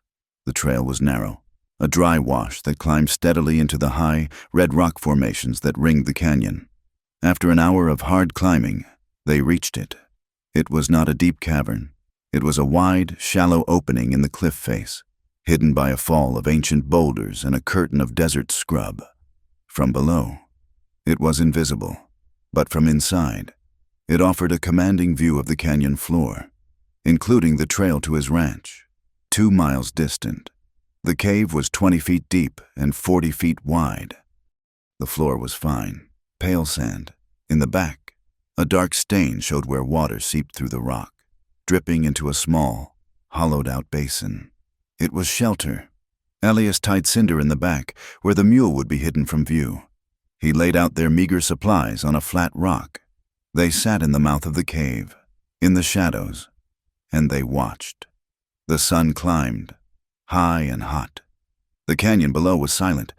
Nothing moved. They sat like that for hours. The silence was worse than the rider had been. As the sun began to dip, painting the western cliffs in shades of orange and blood, Mara spoke. Her voice was small in the vast, open space. "You're a good tracker," she said. "I was," he replied, his eyes on the trail. "That girl, the one you took back, you shot a man today, or you will, if they come. You'd do that, for me." He said nothing. She turned to face him. The dying light was in her eyes. "Elias, would you kill for me?" She needed to know. She needed to know what this was, what he was. Was he a man of violence, or a man of peace? Was he her protector, or just another man who used force to get his way? Elias stopped scanning the trail. He turned and looked at her. He saw her face, framed by the matted hair, the fine layer of dust on her skin, the fear in her eyes. He thought of her question. Kill. It was a simple word. He had killed before. For money. For survival. He had never killed. He did not answer her question. Instead, he reached out and cupped her face. His hand was rough, calloused, stained with the red dirt of the canyon. His thumb brushed the line of her jaw. "I'd bury the world for you," he whispered. It was not the answer she expected. It was an answer that was darker and deeper and more absolute than a simple yes. It was not an answer about morality or a choice between right and wrong. It was a vow. It was a statement of fact, as brutal and as simple as the rock they were sitting on. The last of her reservations, the last of her fear of him, dissolved. She leaned into his hand, and her eyes closed. He pulled her to him, and his mouth found hers. It was not the night before. There was no hesitation, no tenderness. This was rough. This was desperate. This was two people on the edge of an abyss, clinging to the only real thing they had. He laid her back on the sandy floor of the cave, his body a heavy, solid weight on top of hers. His kisses were hard, claiming. He ripped the canvas shirt open, the buttons scattering, and his mouth was on her skin, on her throat, on the scars he had hesitated to touch. She was no different. She clutched him like she was falling. Her nails dug into his back, leaving marks. She pulled him closer, her body arching to meet his, a desperate, silent plea to be seen, to be held, to be real. This was not a soft union. It was a staking of a claim. It was an act of defiance. It was a way of saying, "I am alive, and you will not take this from me." They made love on the floor of the cave, as the sky turned to purple and then to black. As the first stars appeared, they moved together, a frantic, desperate rhythm, trying to erase the fear, trying to blot out the men who were coming. After, they did not sleep. They lay tangled together under his bedroll, his rifle an inch from his hand. They listened to the night sounds, the cry of a hawk, the far-off howl of a coyote, the stamp of the mule in the back of the cave. At dawn, he was awake. He was dressed, his rifle in his hand, watching the trail. "They're coming," he said. Mara was on her feet in an instant, her heart a cold stone in her chest. She peered over the boulder at the mouth of the cave. At first, she saw nothing. Then, a flicker of movement, far down the canyon. "Two riders," she said. "Wait," Elias said, his voice flat. Two more riders emerged from the rocks behind them. 4 in total. They were armed. They rode slowly, their rifles held across their saddles. They were not tracking. They knew where they were going. They rode into the yard and fanned out, forming a half circle around the cabin, and one man rode to the center. Mara's breath hitched. She did not need to see his face, though she could. The tall, gaunt man in the black suit, the man who had been at the fence, but he was not the one she watched. The one she watched was the man in the center. He was a broad, thick-set man with a great, gray-streaked beard. He wore a simple brown robe, tied with a rope. He looked like a holy man. He looked like a prophet. "Brother Jacob," she whispered. The name was poison on her tongue. From their perch in the cave, they could not hear the words, but they saw the movements. Brother Jacob dismounted. He walked to the cabin door, saw it was barred, and nodded to one of his men. The man, a burly, thuggish man, kicked the door. The bar splintered, and the door flew open. Elias's hand tightened on his rifle. "They'll see we're gone." They watched as Brother Jacob and another man entered the cabin. They were inside for 5 minutes. When they emerged, Brother Jacob's face was a mask of cold fury. He looked at the barn. He looked at the ground. Elias had been a good tracker, but Brother Jacob was a good hunter. He pointed, not at the ground, not at the tracks Elias and Mara had left, but at the high rocks. He pointed toward the cave. He could not see them, but he knew. He knew the land. He knew where a man would go. "He's coming," Mara breathed. "Stay here," Elias said. "Stay in the back of the cave. No matter what you hear, do not come out." "Elias, no, you can't." "I can," he said. He looked at her, his face grim. "This is not a negotiation. This is survival. Stay back." He did not wait for her answer. He slipped out of the cave, moving like a shadow among the boulders, working his way down a goat path he knew, one that would bring him out 50 yards above the barn. Mara watched, her heart in her throat. She could not stay back. She crept to the mouth of the cave, her knuckles white as she gripped a rock. Elias found his spot, a small ledge, hidden by a tangle of dry brush, overlooking the yard. Brother Jacob and his men were at the barn. They had found Cinder's stall. They were looking at the tracks. "Elias Cordero!" Brother Jacob's voice boomed, echoing off the canyon walls. It was a rich, powerful voice, a voice made for preaching. Elias did not move. He did not speak. "We know you are here, Mr. Cordero. We know you have her. The girl in your cabin. Your cousin." The word was a sneer. Elias remained silent. "We are not here for you," Brother Jacob yelled. "We are here for what is ours. We are here for the girl, Mara. She is a bride of God. She is promised to the church. You are harboring a fugitive from the Almighty." Elias stood. He stepped out from the brush, onto the ledge. He was 30 feet above them. The rifle was in his hands, but it was pointed down. "She is not a fugitive," Elias called out. His voice was flat, carrying in the clear morning air. "She is a guest, and you are trespassing." Brother Jacob looked up. His eyes, even from this distance, were black and hard. He smiled. "Ah, the sinner shows himself. Mr. Cordero, I'm a man of peace, but I am also a shepherd, and I will not suffer a wolf to steal from my flock." "Your flock," Elias called back. "You brand your flock, you beat them. She's not yours. She's not God's. She's her own." "She is a child," Brother Jacob said, his voice hardening. "She is a disobedient child, and she will be purified." He motioned to the man beside him, the one who had kicked in the door. "Search the rocks. Find her." "No," Elias said. The man started to move. "I said no," Elias said. He raised the rifle. The man stopped, looking at Brother Jacob. "You would shed blood?" Brother Jacob asked, his voice full of a sudden, holy sorrow. "You would kill a man for a harlot, for a broken, sinful woman?" "She's not broken," Elias said, "and she's not staying with you. Ride out, and I won't stop you. You are in no position to bargain." "Son," Brother Jacob said. He nodded at the man. "Go!" The man took one step. Elias did not aim for the man's chest. He did not aim for his head. He was an enforcer, not a murderer. He aimed for the shoulder. The shot was a single, deafening crack that echoed a dozen times through the canyon. The man screamed, a high, thin sound, and spun around, clutching his right shoulder as dark blood pumped through his fingers. He collapsed in the dirt. The other 2 men dove for cover, pulling their own rifles. Brother Jacob did not flinch. He just stared up at Elias, his face a mask of outrage. "You have made your choice," Brother Jacob roared. "You have sided with sin. You will burn for this." Elias jacked another round into the chamber. The sound, a metallic, final click, but they were already moving. The other 2 men were not being paid to die.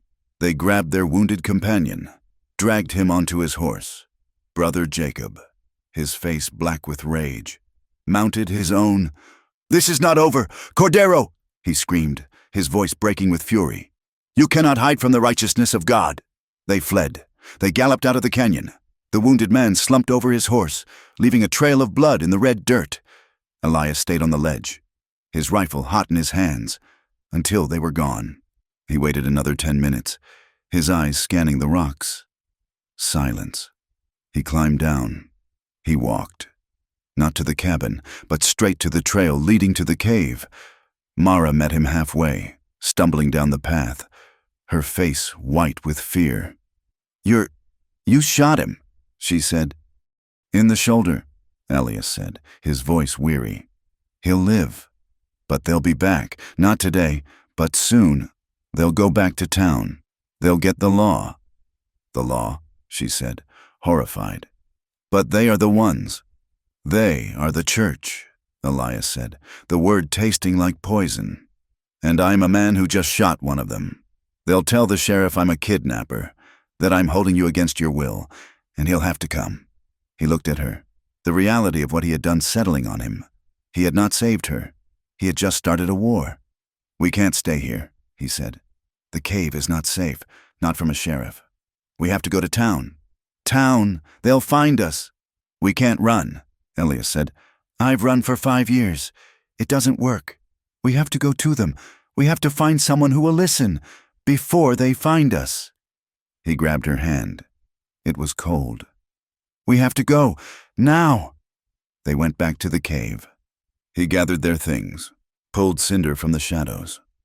They did not look back at the ranch, at the splintered door of the cabin. They mounted the mule, Mara in front, Elias behind her, his rifle across his lap. They rode, not into the wilderness, but back down the trail, toward the town they had both tried to avoid. They stayed hidden, moving through the high canyons, taking the long way, as the man with the bleeding shoulder rode for help. The town was a grid of dust and false fronts, simmering in the afternoon heat. Elias avoided the main street. He led Cinder, with Mara still mounted, through a maze of back alleys, past the smell of tanneries, overflowing latrines, and the sour mash stench of the saloons. He was a shadow, and he was returning to the only place he had ever felt a flicker of home. He stopped behind a small, neat adobe house at the edge of the Mexican quarter. A profusion of bright red chili peppers hung drying from the vigas, and a few stubborn chickens pecked in the dust of a small, walled-in yard. He hammered on the back gate, a specific rhythm. A moment passed. The gate opened a crack. A pair of sharp, black eyes peered out. "Who is—" The voice, old and cracked as a dry riverbed, stopped. The eyes widened. "Lito, is that you? Dios mío!" The gate swung open. An old woman stood there, her face a web of fine wrinkles, her silver-black hair pulled back in a severe bun. She was small, barely 5 feet, and wrapped in a black shawl, despite the heat. This was Doña Teresa. She had known Elias since he was a boy, a wild, angry youth who used to steal oranges from her small tree. She had been his mother's only friend. "You look like hell, mijo," she said, her voice a mix of gravel and affection. Then her gaze shifted to Mara, who was slumped on the mule, her face pale with exhaustion and fear.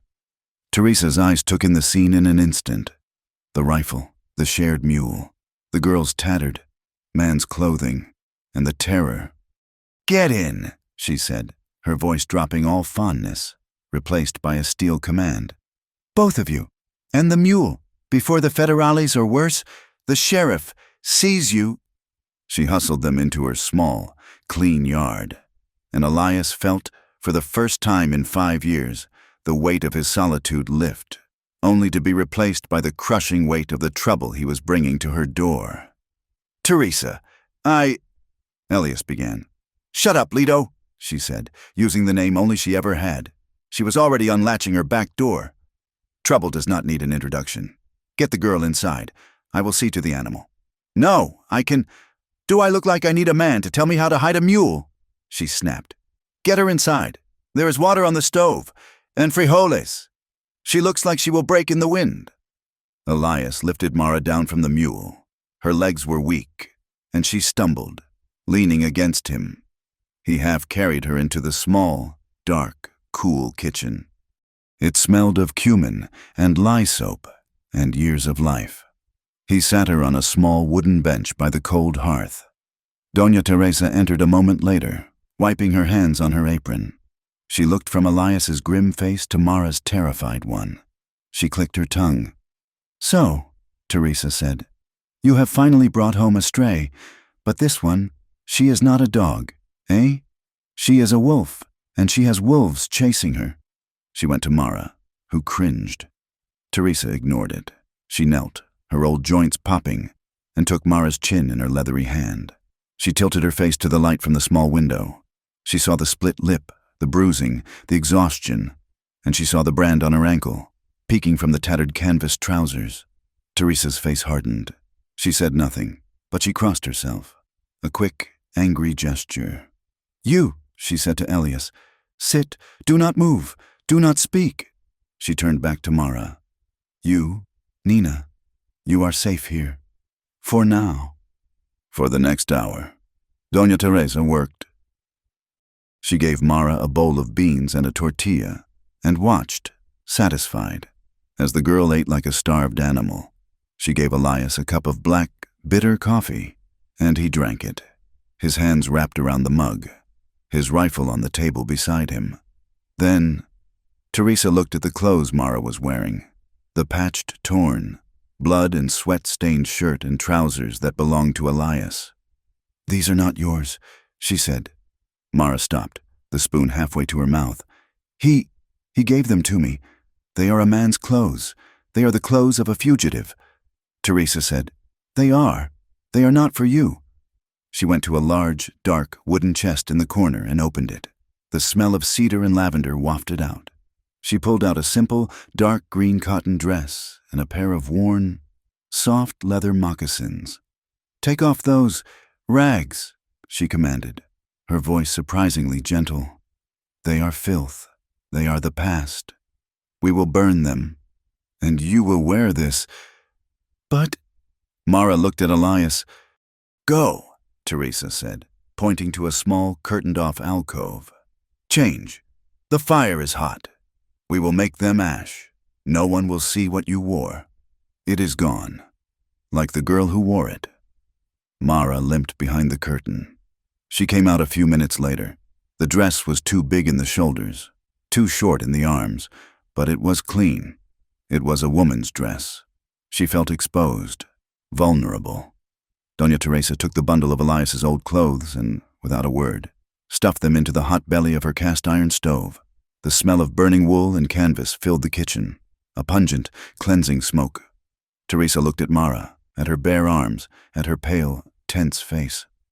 She went back to the chest. She pulled out a shawl. It was not a dark, widow's shawl like her own. It was a brilliant, startling blue, with a fine silk fringe. This was my daughter's," Teresa whispered, her face, for a moment, softened with a pain so deep it was almost physical. "Lucia, she died young, pneumonia." Mara's eyes darted to Elias, remembering the lie he had crafted. "Pneumonia, from Tucson." Teresa wrapped the shawl around Mara's shoulders. It was soft, and it still smelled faintly of lavender. "It is a good color for you," Teresa said. "It will keep the chill off, and it will hide your face, if you must walk." Mara clutched the soft wool. She looked at the old woman, at the kindness in her fierce, dark eyes, a kindness she had not known from a woman in years. She looked at the clean dress, felt the warmth of the shawl, and a small, hesitant, rusty smile touched her lips. It was a fragile thing, but it was real. Doña Teresa saw it. She nodded, satisfied. "Good, the girl is still in there. Now, we—" A hard, official knock rattled the front door. Elias was on his feet in an instant, the rifle in his hands, his body blocking the doorway to the kitchen. Mara's smile vanished, her blood turning to ice. Doña Teresa's face became impassive. She put a hand on Elias's chest. "Not like that. Lito, you are in my house. You will be a man, not a dog." She pushed him to the side. "You," she said to Mara. "Stay here. Do not make a sound." She walked, with slow, deliberate steps, through her small front room and to the door. She unlatched it. A tall man stood on her porch, his hand resting on his gun. He wore a dusty hat and a silver star on his vest. Sheriff McNally. He was a fair man, but he was the law. "Doña Teresa," he said, his voice polite. He removed his hat. "Afternoon. I'm looking for someone." "You are always looking for someone, Senor McNally," Teresa said, her voice flat. "Who have you lost this time? A drunk miner? A lost horse?" "A man, ma'am," McNally said, his gaze shifting past her, trying to see into the dark house. "A rancher named Elias Cordero." "Cordero," Teresa said, as if the name were unfamiliar. "I knew a Cordero family, many years ago. The mother, she is dead." "No?" "Yes, ma'am. This is her son, Elias. Well, ma'am, I have a complaint, filed not an hour ago. A complaint from a brother Jacob, of the Church of Sacred Winds. He's at the doctor's office now, with one of his men, a man who's been shot in the shoulder." McNally's voice was grim. "This brother Jacob says Elias Cordero did the shootin'. Says Cordero is holding a girl, a runaway from their church. Says her name is Mara. Says he's harboring a fugitive." He looked Teresa square in the eye. "Is he here, ma'am? Is she here?" From the kitchen. Elias and Mara heard every word. Mara was shaking, her hand clutching the blue shawl. This was it. The law had come. They were trapped. Elias looked at her, at the raw terror in her eyes. He saw the back door, the alley. They could run. They could run again, and keep running, until they were caught and he was hanged. Or she was taken. He saw the 5 years of his life, running from his past, hiding in his canyon. He had run. It had not worked. He looked at Mara. He had told her he would bury the world for her. He put his hand on her arm. "We don't run," he whispered. He stepped out of the kitchen, his rifle still in his hand, but pointed at the floor. "I'm here, Sheriff," Elias said. Sheriff McNally's hand, which had been on his hat, dropped to his gun belt. His eyes went from Elias to Mara, who had followed him, her face pale, her slight frame wrapped in the bright blue shawl. "Cordero," McNally said, his voice hard. "This is a bad business. You shot a man." "I did," Elias said. "And you've got the girl. She is not a fugitive," Elias said, his voice low and steady. "She's a victim. And that man I shot was about to drag her back to a hell you can't imagine. That's not what Brother Jacob says. He says she's simple, confused. He says you've taken her, bewitched her." "Does she look bewitched?" Elias said. McNally looked at Mara. He saw the fear. Yes, but he also saw the defiance in her eyes. He saw the brand on her ankle. "Son," the sheriff said, his voice weary. "I don't know what to believe, but I have a man with a bullet in him, and I have a preacher swearing out a complaint. By law. By law. I have to return her to her guardian, and he says that's him." Mara stepped forward. "No?" Her voice was a ragged whisper. "I'm sorry, Miss—" "No," Mara said again, her voice stronger. She clutched the shawl. You will not give me back." Elias looked at the sheriff. He knew this man. He was not a fool, and he was not cruel. "Sheriff," Elias said, "we're not running. We're not hiding. We're going to see the judge, Judge Cromwell, and we're going to tell him the truth. You can come. You can listen.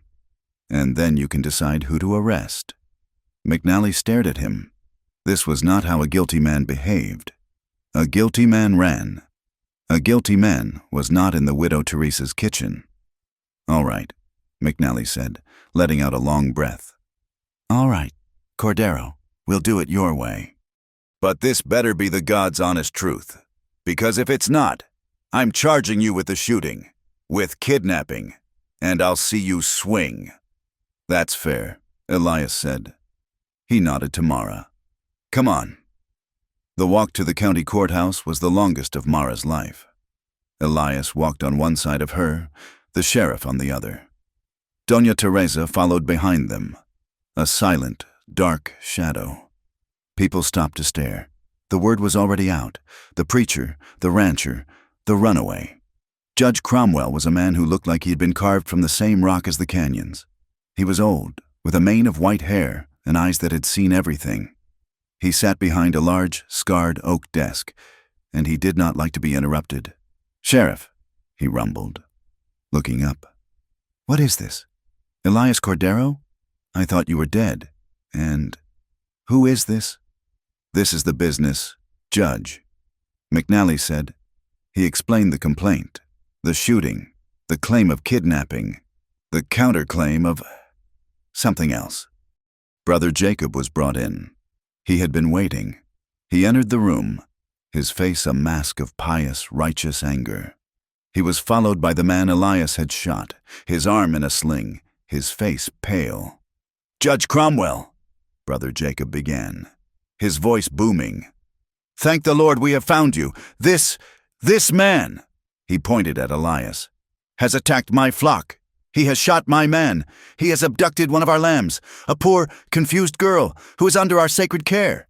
"Is that so?" the judge said, his eyes on Elias. "What do you say, Cordero?" "He's lying," Elias said. "That's a strong word to use against a man of God." The judge said, "Then let her speak," Elias said, gesturing to Mara. All eyes turned to her. She was a small, trembling thing in her new dress. The blue shawl clutched around her. Brother Jacob's eyes bore into her, full of fire and damnation. "Mara," Brother Jacob said, his voice suddenly soft, pleading. "Child, come, tell the judge. Tell him how this sinner has confused you. Tell him you want to come home. Come home to the sacred winds. Come home to me." Mara looked at his face, the face that had smiled as they held her down, the face that had watched her scream. She took a step forward. "He's not a man of God," she said, her voice shaking, but clear in the silent room. "He is a monster." Brother Jacob's face tightened. He runs a prison. He calls it a church. He preaches suffering." She was speaking to the judge now, her eyes locked on his. "He said, when I refused to submit to him, that I was impure." Her hands were shaking so hard she could barely unbutton the collar of her dress. She turned her back to the judge. She pulled the dress down, off her shoulders. The blue shawl fell to the floor. The room was filled with a single, sharp intake of breath. The judge's face went white. The sheriff swore, low and vicious. Mara's back was a railroad map of pale, crisscrossed scars. "He calls it purification," Mara whispered. She turned back, her eyes flashing, her shame replaced by a cold, burning rage. "He calls it the wind of God. I call it a whip." She bent, pulling up the hem of her dress, past her knee, exposing her ankle.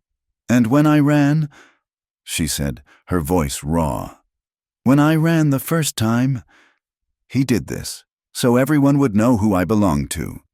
She pointed to the brand, the puckered, circular scar. "He branded me." Judge Cromwell looked from the brand to Brother Jacob. The preacher's face was no longer pious. It was a mask of pure, reptilian hatred. "Lies," Brother Jacob roared. "Slander.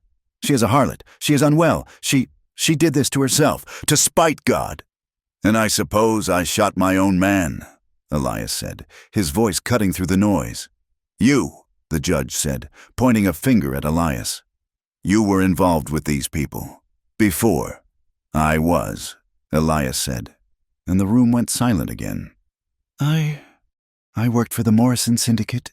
We took money from him, from the church, protection money, to keep people away, and—" He looked at Mara, then back at the judge. "And to bring people back. I brought a girl back.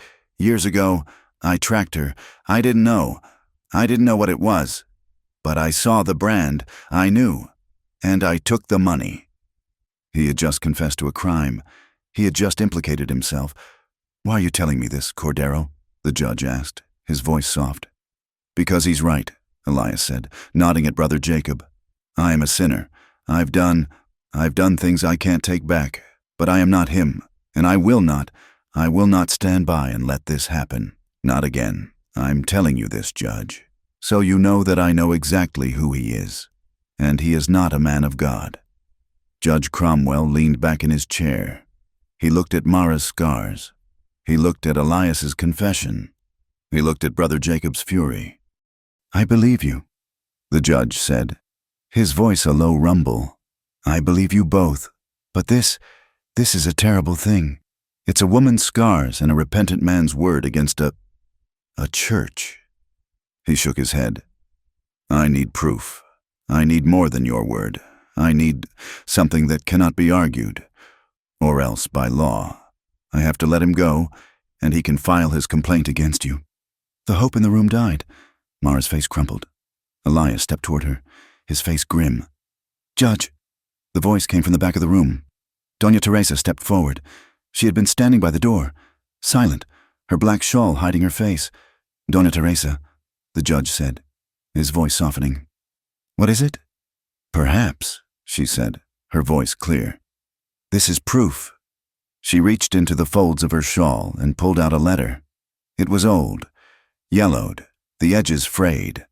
"A girl," Teresa said, "came to me 2 years ago. She was from this church. She was terrified. She was with child, his child." She pointed a single bony finger at Brother Jacob, who recoiled as if she had struck him. She died," Teresa said, her voice thick. "She died in my house, giving birth to it. The baby died, too. But before she died, she wrote this. She said it was her confession. She gave it to me. She said, 'If they come for me, you show them. You show them the truth.'"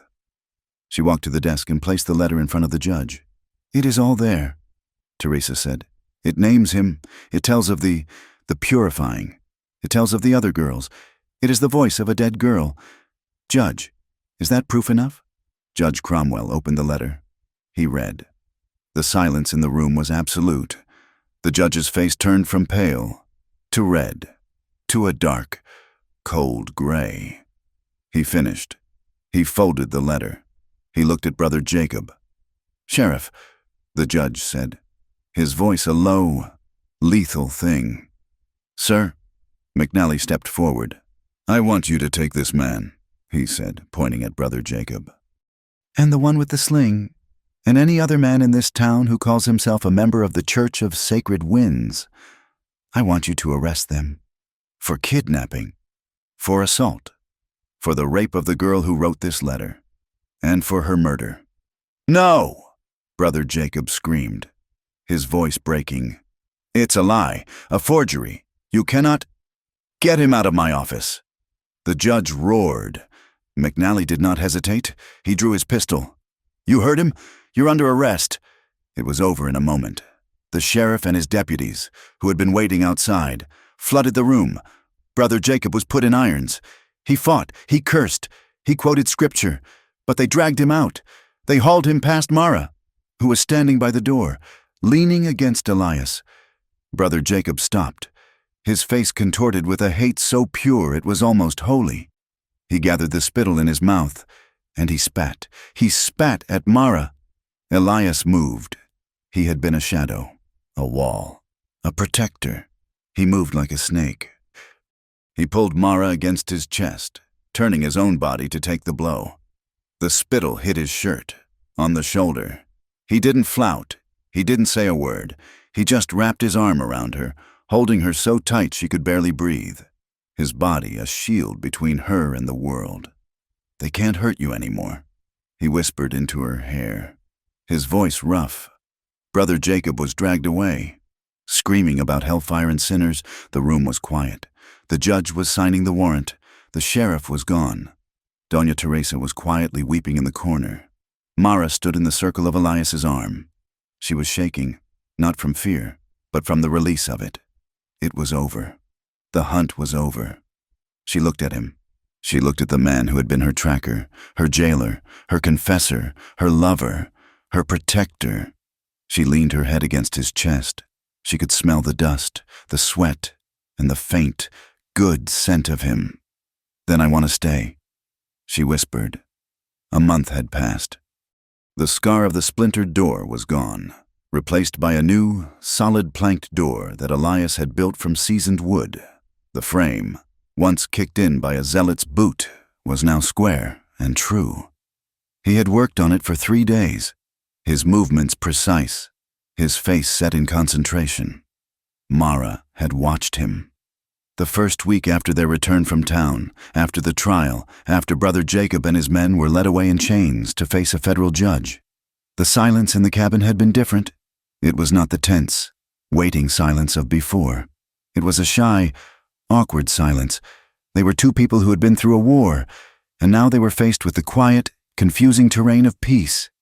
He had given her the cot, as before. He had taken his bedroll on the floor. The memory of the loft, of the cave, was a physical thing, a third person in the room. Hot and desperate, they had not touched. He had risen early, worked late. His energy poured into the physical act of mending. He rebuilt the barn wall. He rethatched the leaky part of the roof. He was a man consumed by the need to make his world solid again. And Mara had begun to heal. Her ankle was the first. The brand was a pale, puckered scar, a part of her now, like the lash marks on her back. But it no longer pained her. The limp was gone. She still had the ironwood stick, but it leaned in the corner, unused. She had found a small, rusted spade head near the barn. She had spent an afternoon scouring it clean with sand, and then, using a piece of mesquite Elias had carved for her, she had fashioned a handle. She had started to dig. By the west window of the cabin, in the hard-baked red earth, she had created a small, square patch. She had broken the clods with her hands. She had hauled water from the well, bucket by bucket, to soften the ground. She was planting flowers. She had found the seeds on her own, on walks that took her farther and farther from the cabin each day.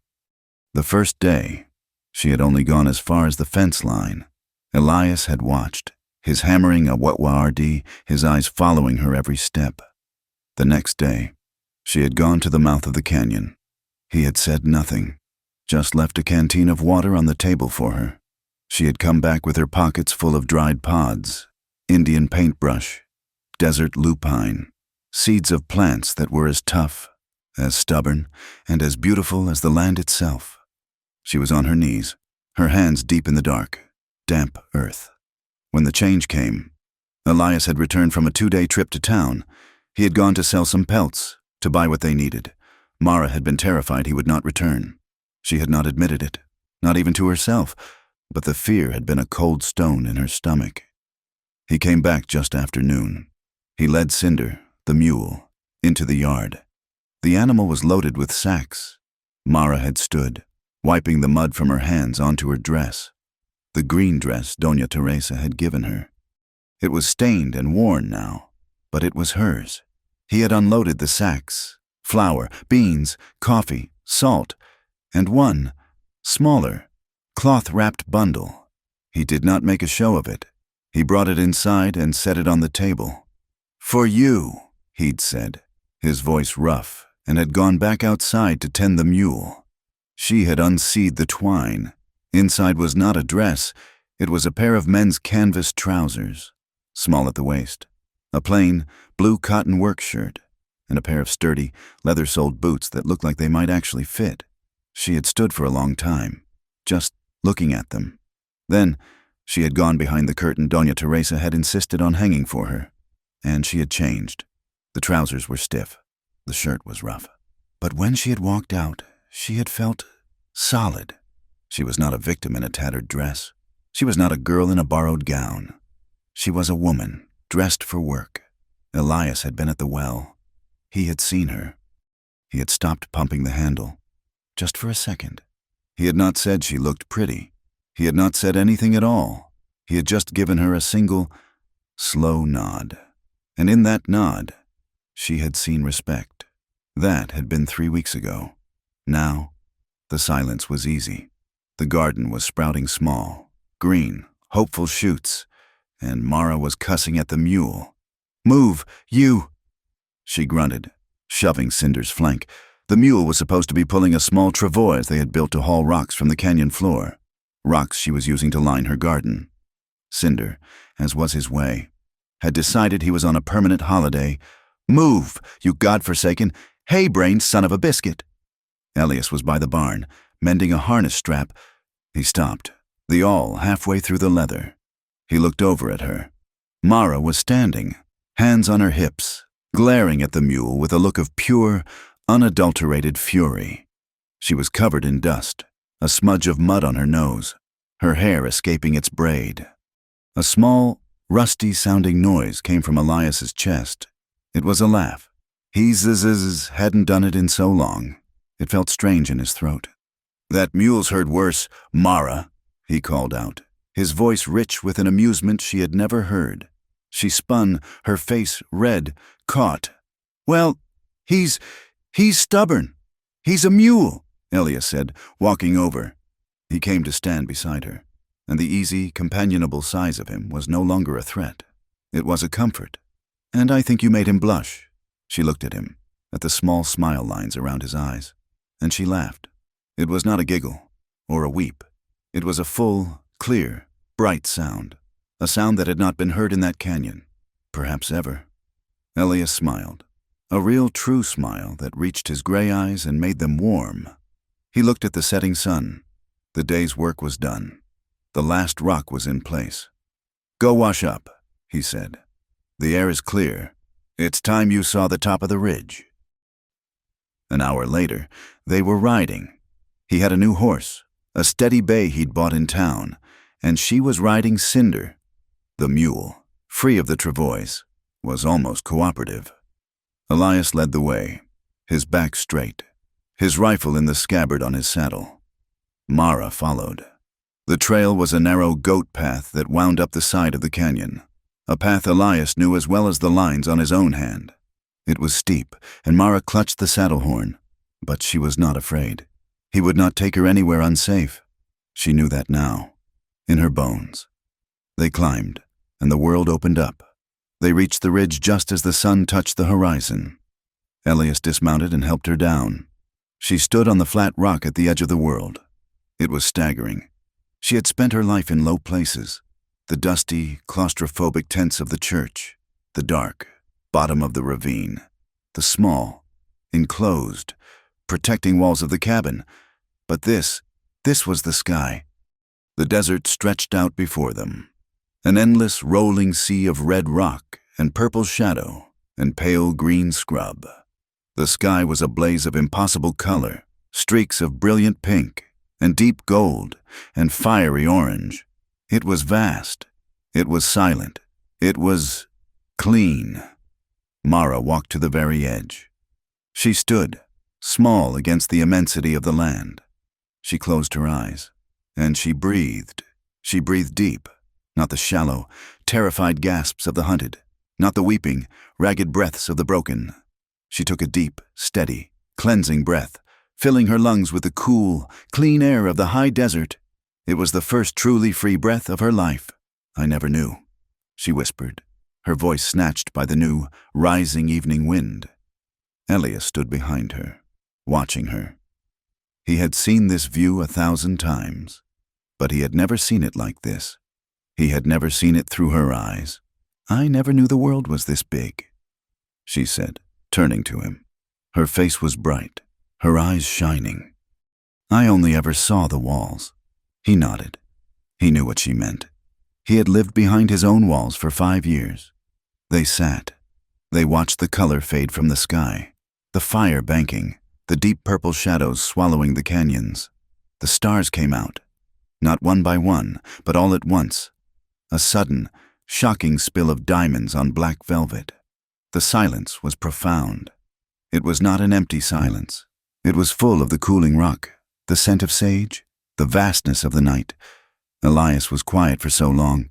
She thought he had fallen asleep, but he was just waiting. He was a patient man. He cleared his throat. It sounded loud in the stillness. "Mara!" His voice was rougher than usual. She turned to look at him. He was not looking at her. He was looking at his own hands. I ain't a man for words." He started. He fumbled in the pocket of his canvas coat. He pulled something out. It was a small, dark box, whittled from a piece of ironwood. It was worn smooth, and it fit perfectly in his calloused, scarred palm. He held it out to her. His hand was not steady. She took it. It was warm from his body. She looked at him, a question in her eyes. He said nothing. He just watched her. Slowly, she opened it. Inside, nestled on a scrap of clean, blue cotton, was a ring. It was a plain, silver band. Not new. It was worn, a little scratched, but it had been polished. It glowed, soft and white, in the starlight. She looked at him. She was barely breathing. He finally met her eyes. His own were dark, full of a fear she had never seen in him. This man, who had faced down armed men, who had shot a man to save her, was afraid. "I ain't a man for churches," he said, his voice a low, rough whisper. "And I know, for damn sure, you ain't a woman for preachers." He took a sharp breath. I want you to be safe. I want this ranch. It's a hard life. It's not much." He was failing. The words were failing him. "Elias," she whispered. "It's just us," he said, the words a sudden, desperate plea. If you'll have it." Mara looked at the ring. She looked at his face, his hard, beloved face.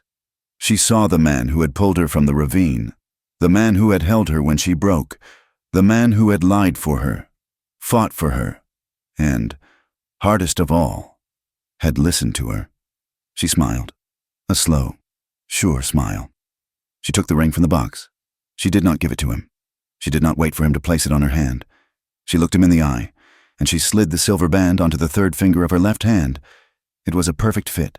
"I will never kneel again. Elias," she said, her voice clear and strong, cutting through the night. "Not for God, and not for a man." She saw a flicker of doubt in his eyes, a fear that he had misunderstood. She put her hand, her left hand, on his cheek. He was rough with stubble, and his skin was warm. "But I will stand beside you," she said, "every day, for the rest of my life. I will stand."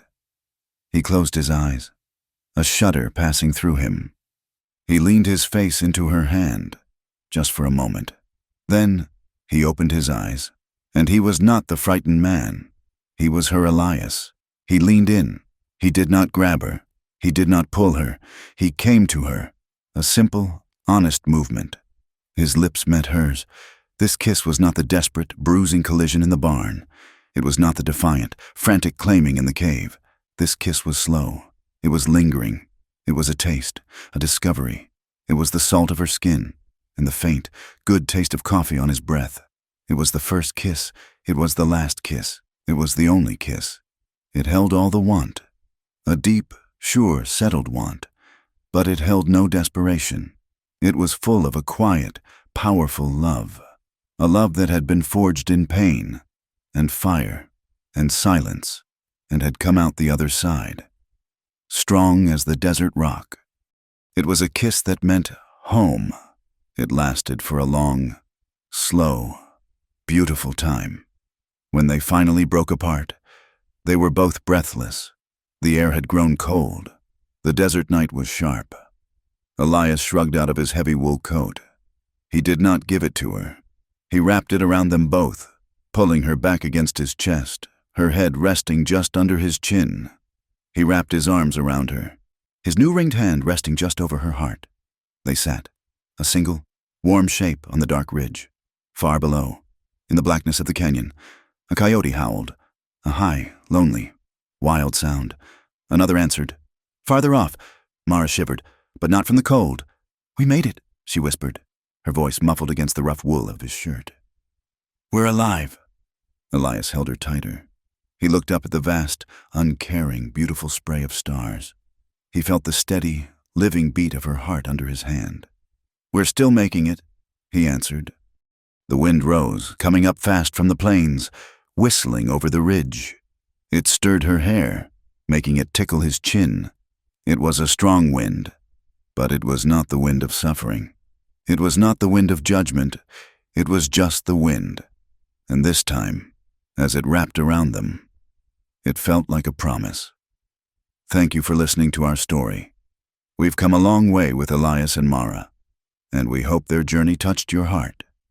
Let us know in the comments where you're listening from. We love hearing from our audience all over the world. If you enjoyed this, please consider subscribing to From Wild West for more stories just like this one. And finally, share your thoughts in English. What part of the story meant the most to you? We read every comment. Thanks for being here.